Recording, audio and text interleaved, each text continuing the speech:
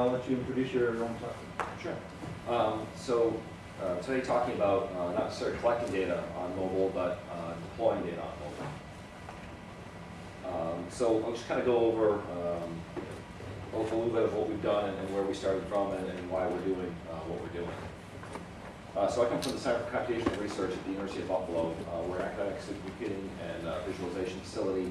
And one of the things that we've worked on is fostering economic development with local engineering, architectural, and transportation companies. And so a lot of the work that we've done in that field has been visualization. So basically working with these local companies to work on projects for urban development, transportation planning, things like that.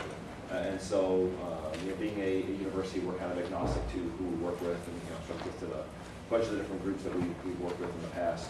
And a lot of this work is in research is bringing data together, visualizing it, and providing a platform that they can use to disseminate this information to local municipalities, the public, and things of that nature.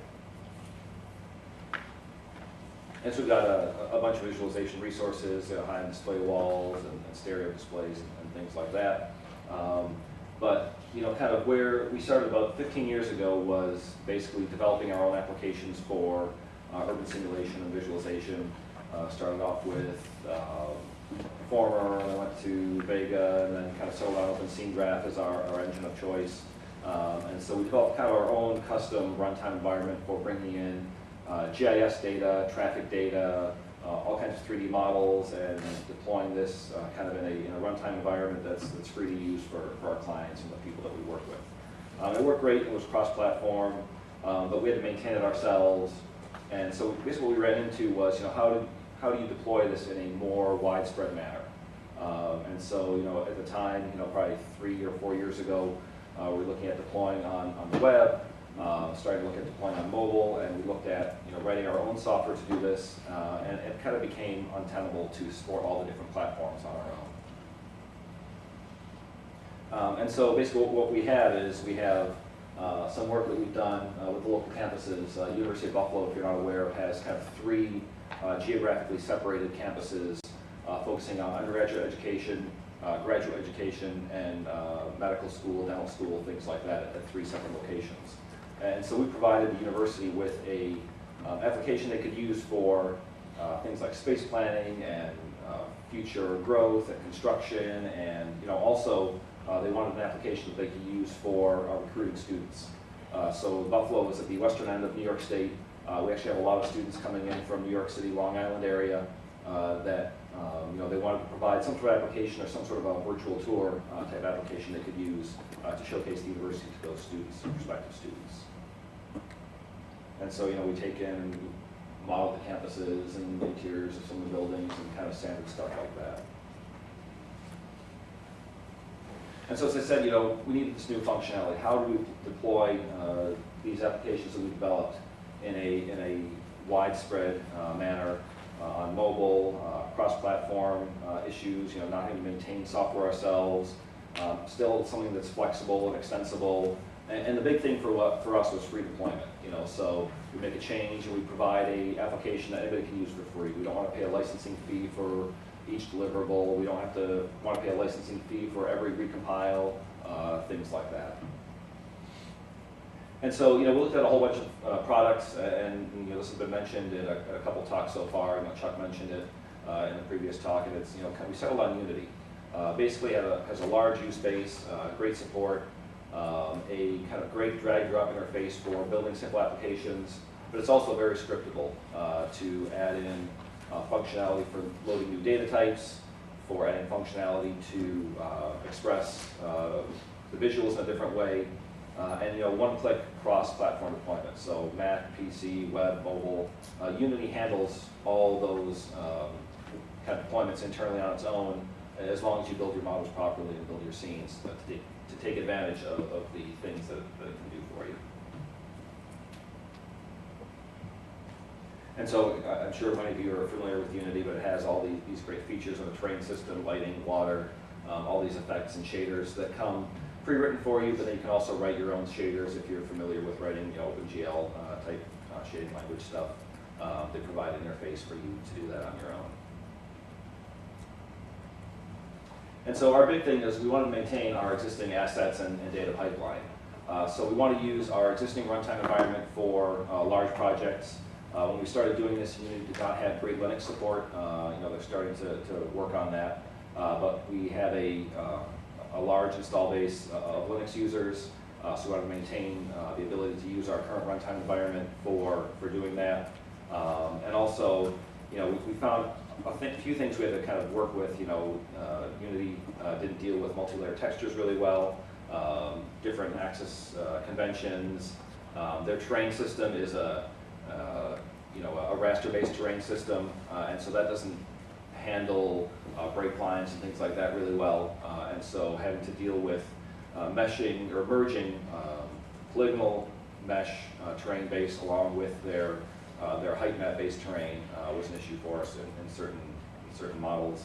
And then just simple model simplification. If you're streaming a model over the web or on a mobile device, it's much different than running on a high-end workstation in terms of the level of detail that you can show. And so this just shows that we want to maintain our current existing pipeline. We start with the same assets, but then we built some tools that do the data conversion simplification for us and provide base models and also buildings and things like that at different resolutions for the different platforms that we distribute to.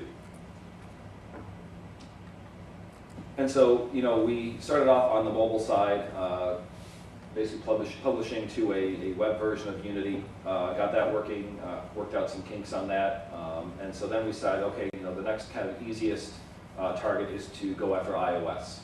It's a fairly cohesive and standardized platform in terms of the devices that you're developing and deploying for, and so we took that web-based version, converted it to iOS, and kind of the biggest thing we had to deal with was how you do the interaction. Interacting with a keyboard and mouse on a website or in a desktop application is much different than dealing on a touch-based interface when you're trying to navigate around a 3D environment. It's so much more difficult to get the spatial kind of interaction when you're dealing with just your finger on a screen. And then also we wanted to add some capabilities of the point of a lot of our software that we write is to integrate different kinds of data. And so basically figuring out, if we deploy this application, how is a user going to integrate data they already have into the application without us having to recompile an application for them with this new data that they want to look at. And so, we did a lot of the standard optimizations, removing demanding shaders and switching to simpler shaders, refactoring some scripts, designing levels of detail, writing our own kind of little level of detail engine that provided or generated low LOD models. And so we kind of went from a situation where our existing models didn't work at all and crashed the system to being able to support devices 2 generations old with Unity with this model.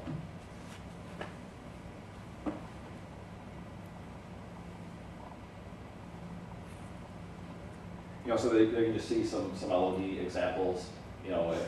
At the zooming out on the building level, you see that the textures are kind of crummy, but zooming out, it looks fine.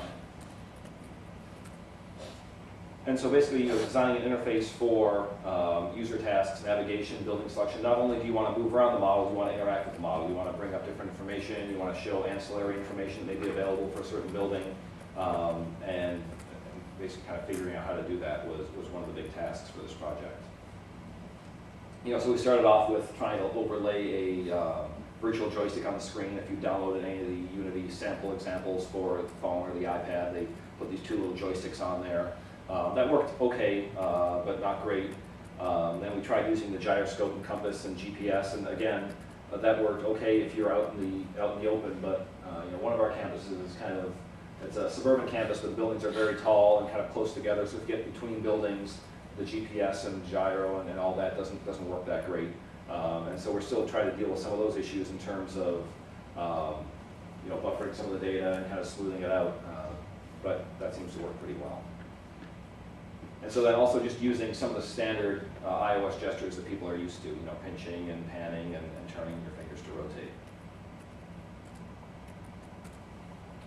So then we did, a couple of different GPS assisted navigation kind kind of interfaces where, you literally walk around, you hold the pad up to the building, and it shows you where you are, and it says, okay, this is Bell Hall, this is where engineering is. But we found that was great if you were familiar with the campus, but if you're walking around as a prospective student or a parent, you basically see all these brown buildings, you don't know what's what, and so we developed this kind of pseudo GPS bird's eye, where it kind of put you in the rough position that you are, but kind of up in the sky, and highlighted where you were. And then again, being a GPS device, if you go inside a building, even if we had the interiors model, it was kind of sporadic in terms of the signal that you would get depending on the construction of the building that you were in. And then another thing we found was, working on a tablet versus a phone is very different. That actual real estate of a tablet makes it much easier to interact with these virtual environments, just in terms of the amount of data that you can put on the screen. So now let's skip through some of these slides and just do a demo. Just final thing I want to mention is that we added the ability to overlay GIS information. So all of our models are geo-referenced, and so we've integrated with, you can integrate with, we have a model in shapefile in Dropbox or in your email that integrates with this application. We integrate with OpenStreetMaps. You can load in that information. And so here we're showing, I think, waterways and roadways overlaid on top. And so just the ability to load all that information in. I'll do a quick demo and we'll come back to this. Okay. So this is the model here, kind of a standard interaction. I can move it around, spin it. So this is the UB North campus where the undergraduate campus is. In terms of integrating extra information, we have, this is the student union here. I can click on it, and it gives me information on the student union. What goes on there. If I want to get more information, you can jump out to a web browser, and whatever the university has provided for those different buildings on campus.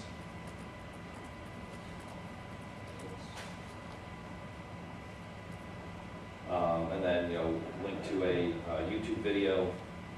It plays different, so you can link all this different information to the models. They're kind of very smart elements that you can link all this information to.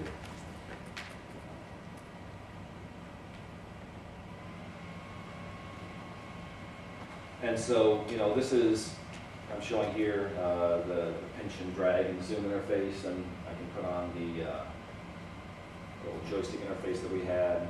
So you can fly around just like a video game, and then finally the gyro interface. And not being on the campus right now, it's not synced to your existing location, but you can kind of move around and twist the pad around, and you can see where you're looking at.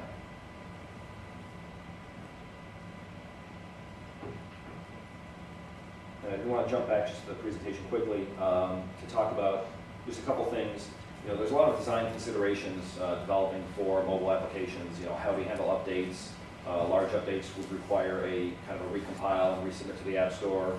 Small updates, all the building information, all the text, all that can be fetched and updated dynamically. So we do that periodically. We update that information just kind of on the fly.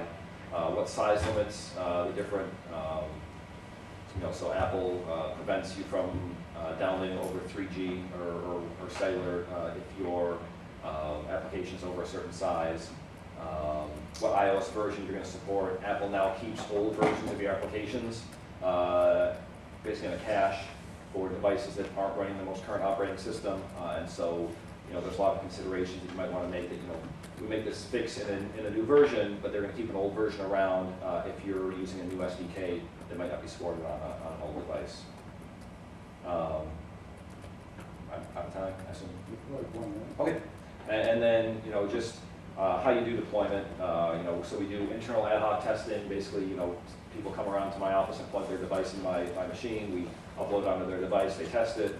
We also have an enterprise server at the university where they allow university-wide deployment for more testing.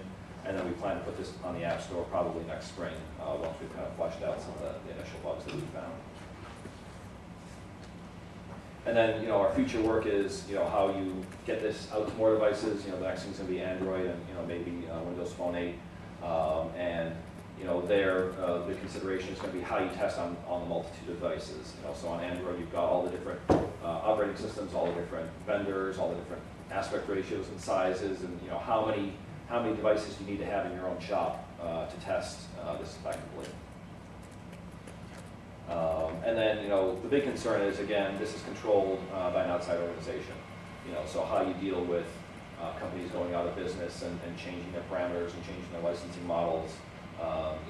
For now, this is the best solution for us, but down the road, I'm not sure exactly what's going to happen in terms of, if somebody buys Unity, which is probably going to happen at some point, what happens. But at this point, I think this is kind of the best solution for what we're trying to do. That's it. Great, great. So, question or two for Martins while we switch out the computers to the next presenter? I got one. Sure. I think you alluded to this, but how much of the terrain and the models and the skins are part of the app that are downloaded versus streamed? So anything that's anything large is part of the app. So the terrain, the models, that's all part of the app. The stuff that's streamed is like the textual information. So we've got a university communications office that wants to maintain all that information. So if, say, a new department goes into a building, we don't want to have to deploy a new app to do that. They edit a XML file somewhere that says, okay, now engineering's in this building and this building. That gets downloaded the next time you start the app, and that's all updated. So it's small things like that are streamed, but any of the large assets are part of the application itself. Yep. Have you looked into augmented reality versus the actual rendering of the 3D environment? Yeah, so we looked at that a little bit initially. I probably actually didn't do that initially, we did it last year. And we found that, at least in our case, a lot of the buildings are very similar. They're brown brick buildings that are pretty much the same size and shape. And so we had a lot of false matches doing augmented reality. What kind of augmented reality were you using? We were trying to, I can't remember the exact tool. Was it tag-based? What's that? Was it tag-based or GPS-based? It was GPS based and also just image recognition stuff for if you're pointing this building, tell me what this building is. And we got very, very bad reliability just because of the types of buildings we had. Okay, so shall we cut it off there? So thanks, Martin.